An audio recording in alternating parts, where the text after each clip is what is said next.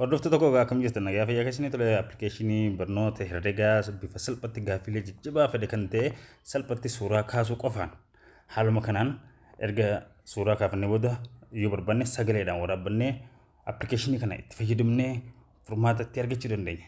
Waanuma fedhe uuma herregaa irratti ta'ee jechuudha.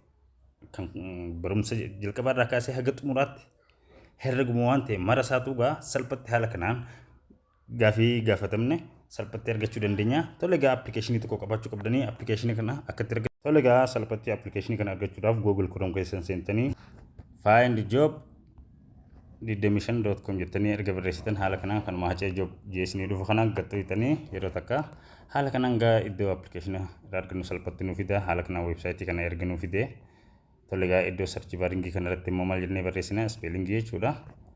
Asitti herreega jennee barreessine jechuudha. Herreega jennee gisee barreessine haala kanaan gaa sarchi irra godhannaa. Itti aansee gaa iddoo appilikeeshinaa irraa argannu salphatti nutti agarsiisa. Tokko suuraa tana erga kana gattuine haala kanaan bal'isee nuuf fida. Yeroo kana suuraa tana nuuf fide gaa erga deemuudhaan bakka appilikeeshinii jiru salphatti akka argannu nu godha jechuudha. Tole gaa hordoftoota tokko appilikeeshiniin kun gaa appilikeeshinii hedduu bareedaadha. Iddoo install jedhu kana erga gattuitan directly appilikeeshinicha argattan jechuudha. Tole gaa namoonni barattoonni baay'een akka irraa fayyadamu immoo like share follow godhuun dagatinaa copy link godhuun dagatinaa turtii gaarii appilikeeshinii bareedaa itti aanu qabannee isinii dhiyaannaa turtii gaarii.